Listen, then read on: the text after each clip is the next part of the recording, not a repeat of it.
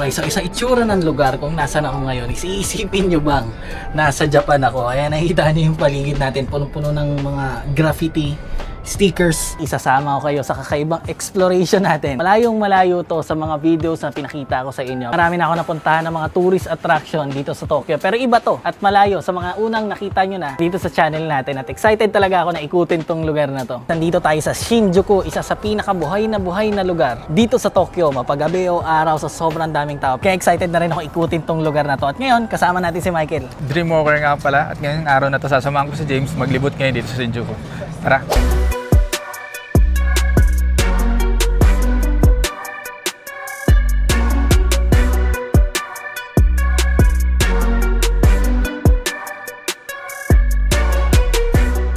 Okay, so first stop natin is dito sa pinakasikat na malaking screen. Ayan, yung malaking pusa. So inaabangan talaga yun ng mga tao para mapicturean nila and mabidyohan yan. Pero alam ko, meron na yan sa atin sa may BGC. Alam mo ba yan, pre? Hindi, sa may BGC, merong ganyang itsura eh. Meron dito sa BGC? Meron ng ganyan. Hindi ako nagagala masyado sa Pinas eh. Hindi ko na rin inabutan. So nakita ko na lang sa internet. Pero yun, meron ding ganyan. Tapos dito yung place. First time ko kasi pumunta dito mismo. Masikip siya. Makita nyo. Dito kumpulan ng tao. Tawiran siya. Pagdating doon, yun, marami rin tao nang galing. Kasi yung pwesto doon sa BGC, pre, maganda eh. Parang malawak to na pwede ka mag-picture. Oo, tapos merong ganyang screen. Pero yan, sikat yan dito. Isa yan sa pinupuntahan dito. Pag natin, punta tayong BGC. Punta na tayo BGC, no? Tara!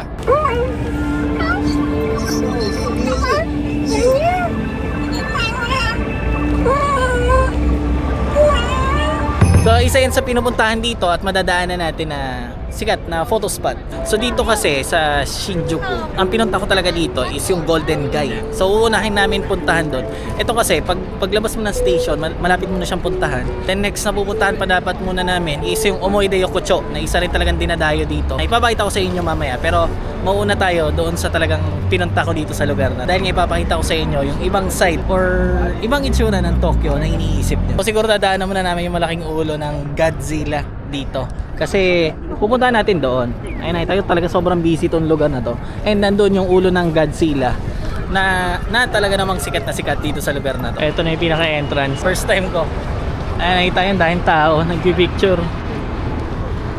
May ilaw na yung Godzilla sa taas. Kanina kasi pagdating namin patay. Ayan.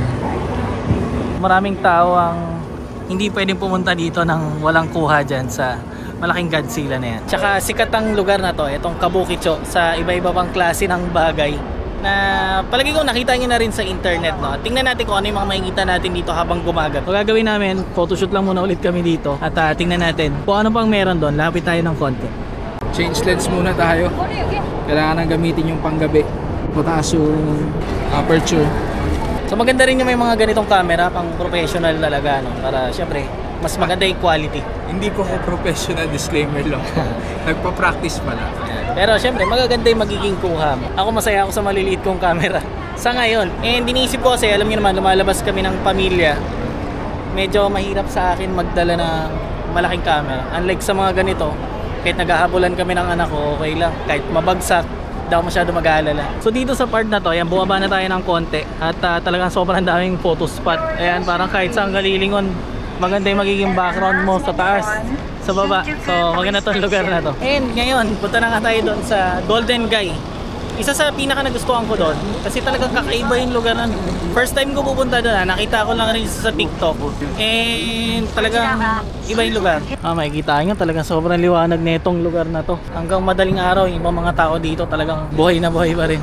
Eto na, medyo looban na tong tinatahak namin. Ayan. Sa totoo lang, hindi maganda dito sa madaling araw. Maraming makukulit. Maraming makukulit dito. Oo. Dito tayo dito. Meron mga nakungulit dito, nag-o-offer ng service. Alam niyo na yun, yung mga service pang gabi. Tapos yung mga nag-aalok dito, mga itim na malalaki. Bali, malaki rin naman si Michael. Yun, pero yung malalaki yung ano dito mga nag-aalok. And ayan, ito na yung ambient natin dito. And teka lang, check tayo sa map kung nandito na ba talaga tayo. Ayan yung mga looban na ganito oh. Ayan. Kaso nilagyan na ng harang dun eh. May mga iskinita. Wala lang, silipin nga natin. Pwede yata tayo tumawid. Tawid tayo. Tawid tayo dito. Ayan, tingnan nyo. Wow. Pasok na ako dito sa mga escapes. Wow. Wow. Kakaiba talaga. Ayan o. Marami pa tayong dadaanan na ganito.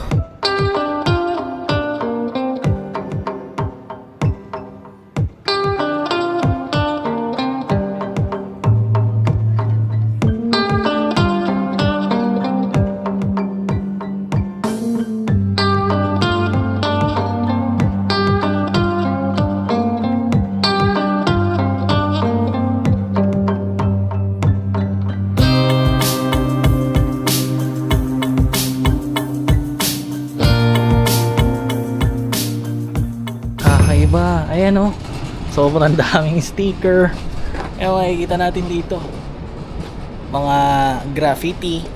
Ito, bahay na naging ano na o.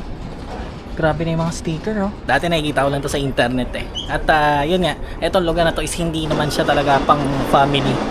Kaya napagdesisyonan ko si Michael lang kasama ko sa pagpunta dito. So ganito yung ambient mismo. Panay mga sticker. Ayan, makikita niyo yung pader. Ayan. Bote. And ang araw kasi ngayon Monday, kaya mas tahimik tong lugar na to. Pero pag weekend pre, grabe tao dito. Sigurado. Kasi paniinuman to. Oh my gosh. Eto.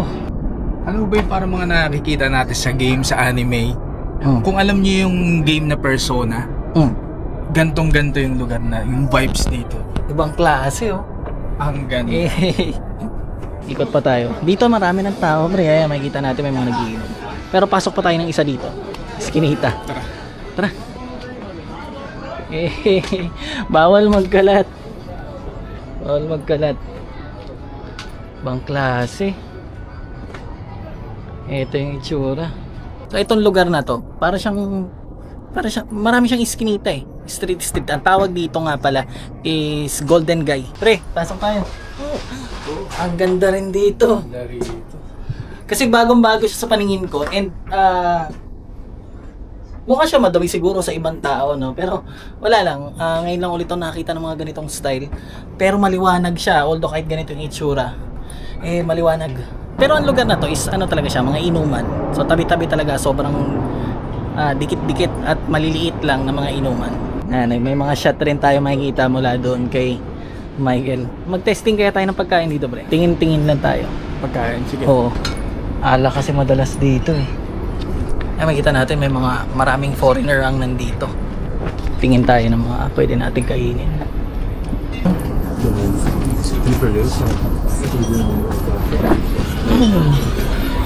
Panay alak talaga, hindi siya pang food trip. Ang liliit. Yung mga table is parang counter lang yung style. Then parang mga 5 to 6 person lang yung makakaupo sa loob. Yun yung common na nakikita ko, no? Yan, puro mga snack bar lang siya. Dito sa ano. Kaso di na ako umiinom, pre. Hindi ako iinom. Ako? Kakain. Tara, ikot pa tayo. Parang wala naman sila ibang pagkain. Ay! Kaso lang baka matindi sa charge yung mga ano dito, pre. Oo. Kasi sa Tokyo, lalo kung foreigner, bagay makapag-Nihongo naman tayo. Pero minsan overcharge yung, di ba? Makakita ka sa internet. Mga, kung tawagin nila rito ay butakuri. Overcharge sila. Pag upo mo pa lang, may charge na yon. Yung oras na pag upo mo, may charge na yon. Kaya kailangan maghahanap talaga kami ng maayos dito. May nagbubukas pa lang, pre. Kasi ang oras ngayon, ang aga pa eh. Teka lang. Oras natin is 6:08. Dito kasi sa Japan, di ba? Kahit naman sa ibang bansa na 4 season, basta winter na, medyo mabilis na magdilim. So ang oras natin is alas 6 pa lang ngayon.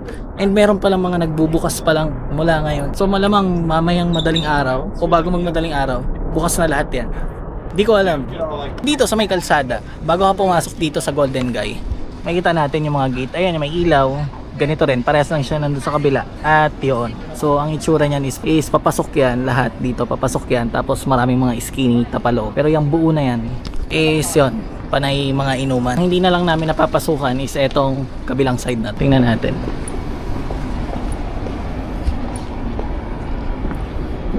Ayan, mga graffiti. Ganun pa rin, halos iisa naman yung itsura, paikot. Maraming mga graffiti, mga drawing. Tapos masikip, maliit yung lugar. Ayan o. Mga ilang seats lang yung makakaupo. Talagang parang maximum is mga 8 seat, 8 to 10. Pero ang ilan nakita ko kanina, mga 5 lang, meron 6. So yung mga upuan dito, tansya ko is 5 to 6 person sa isang store dito. So ngayon naman, mula din sa kinalalagay namin is maglalakad kami ng 10 minutes papunta naman sa Omoide, Yokocho. Isa sa tourist spot din talaga dito. So feeling ko mas maraming tao doon, pre. Saan? Mas maraming tao doon sa Omoide, Tingin Yokocho. ko malapit yun sa ano eh. Sa station. Sa station eh. Yan, kasi yung sa pinanggalingan namin kanina, mula station, malapit na siya doon eh, pero inuna lang kasi namin to. Ayun, nandun yung malaking Godzilla na pinuntahan natin kanina. Ngayon, diretso naman tayo dito. Meron din nagbebenta dito ng mga mga alahas. Pero ano lang yan, mga silver. Ay, hindi pala silver, parang stainless. Okay tayo. Abot pa. Abot. Tatakboy na natin. Yan, sobrang dami talagang tao. Habang gumagabi, mas dumadami yung tao dito eh. At siguro last stop na natin yun, pre, no? Medyo nakapagod rin eh. Pero marami pa sanang pwedeng puntahan dito. Siguro, sa mga susunod na video, pagka may time ulit, babalik tayo para ipakita ko sa inyo ibang lugar na hindi namin napuntahan dito. Kasi maraming sikat na pinupuntahan dito. Paligid lang ng Shinjuku Station. Maraming pwedeng puntahan dito, pwede kaming pasukin ng mga umise, ng mga restaurant. Kaso hindi namin magawa dahil wala kaming gaanong time. Kaya doon tayo susunod puntahan natin sa Omoide. Tara. Yung itsura, halos pare-parehas lang lahat. Siyempre, yung mga city lights. Ito signature ng yung umiilaw na yon. Yung signature ng Kabukicho. Grabing crowded ng mga tao. So, uminto lang kami saglit dito kasi ang ganda nung ganda nung part na to. Parang kahit saan naman dito sa Shinjuku eh, no? Yung mga ilaw. Daming tao tumatawid kahit saan. And merong street performer dito. Bibit box.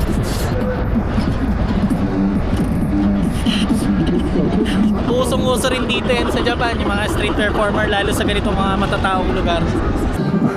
Sorry, Washa. Nagbablog ako ngayon eh. Ano pangalan mo? Jan. Hana. Nice to meet you, no? Nice to meet you. So nadaanan nila ako dito habang nag-iikot kami sa may Kabukicho. So, Mapasya lang dito. Mapasya lang. Taga dito rin kayo sa Japan? Nagbakasyon lang? So sa Pinas, napapanood nyo na ako? Oo, lang, pagtanggal stress. Yung grab ka. Mapakitahin ko. Okay, salamat. Ingat kayo. Enjoy. Kaya may nakakilala sa atin na Pilipinong nandito. So nakakatuwa lang, no, nasaktuhan pa ako nila na makita dito sa Shinjuku. And second time, sa tagal ko dito sa Japan second time ko walang pumunta dito. Then nagbabakasyon lang sila. So shoutout sa inyo. At salamat sa suporta. Siyempre sa lahat rin ng nanonood. Pero nakakatuwa pagka nakikita ko yung mga nanonood mismo sa channel natin. Dumadaan tayo sa parang South Tunnel. Patagos papunta sa kabila. Eto na. Pasok na tayo, pre. Ang ganda dito. Ganon rin, ang daming sticker. Eto naman, ang Omoide, Yokocho. Sobrang sikip, sobrang daming tao, pero samahan niyo kami mag-ikot. So, autumn na rin yung style nila. Ang laki ng nasa harap. Natakpan lahat ng view. Lampasan lang natin to. Yun, wala. Para mas makita natin yung view. Nakalakarin lang natin. So, dito sa loob, nakita nyo mga punuan na. Dami ng tao at mas marami yung naglalakad. So dito sa loob talagang sobrang mausok. Iniisip ko kung paano nagkaroon ng magandang picture dito yung mga nakikita ko sa TikTok. Kasi sobrang dami ng crowd dito. So yun lang yung ilan sa mga naging kuha ko dito. At gusto nyo pa makita yung ibang mga shot dito sa Omoide Yokocho, punta kayo sa channel niya, The Dream Walker in Japan. Ito yung pinaka naging exit namin. Sobrang hirap ng paglabas namin. Katulad niyan, mayroong mga nagtuturo na sabay-sabay papasok doon. Tapos sobrang sigip, maraming usok. Feeling ko amoy na rin ako, amoy inihaw paglabas mo. Alright, so yun, dito na siguro nagtatapos yung exploration natin ngayong araw sa Shinjuku. At palagay ko babalik kami or sa ibang lugar pa na iikutin namin. Dito ko siguro tatapusin tong video na to. Maraming salamat sa panonood at bisitahin niyo yung channel niya, The Dream Walker in Japan. Ayan. Kita-kits ulit tayo sa susunod na video.